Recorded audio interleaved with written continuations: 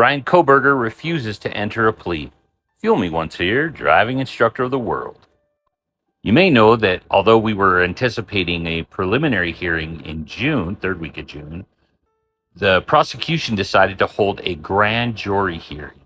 This is a hearing without a judge, with only a jury, no defense, and they bring charges before the jury, and the jury decides on a basis of probable cause.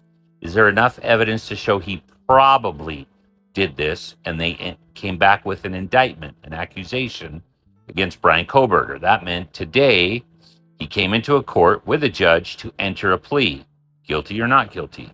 He was there unshackled. His attorney, Ann Taylor, was with him.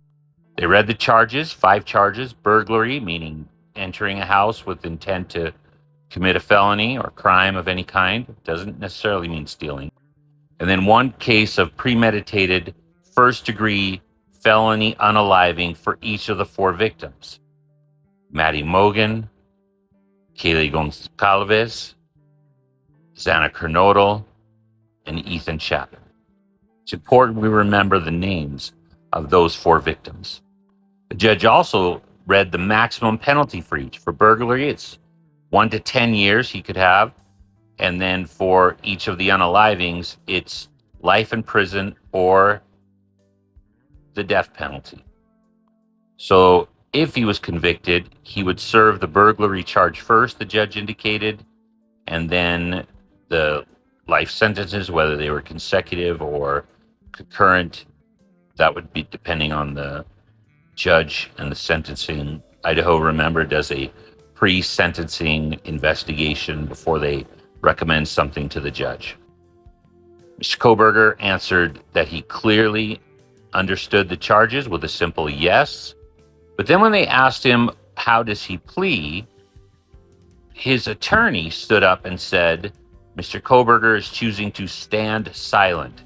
Standing silent means you are not taking a stance on whether you're guilty or not guilty. It preserves your options. In other words, if there's a plea deal later, or maybe changes his mind, he can enter whatever plea he wants later. It is part of the right to remain silent. But what happens is a judge will always enter a not guilty plea when the defendant stands silent. Once there's the plea entered, which was today, the prosecution has 60 days to notify the defendant whether they're going to seek a death penalty or not. So right now they've set the trial for October 2nd.